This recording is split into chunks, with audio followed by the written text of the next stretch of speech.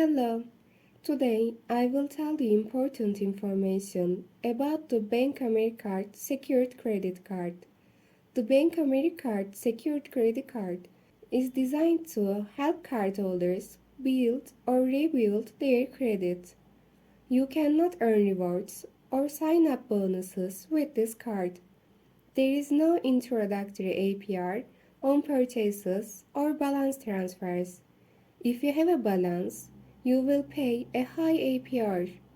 The card has $0 annual fee and requires a minimum security deposit of $200 and a maximum deposit of $5,000.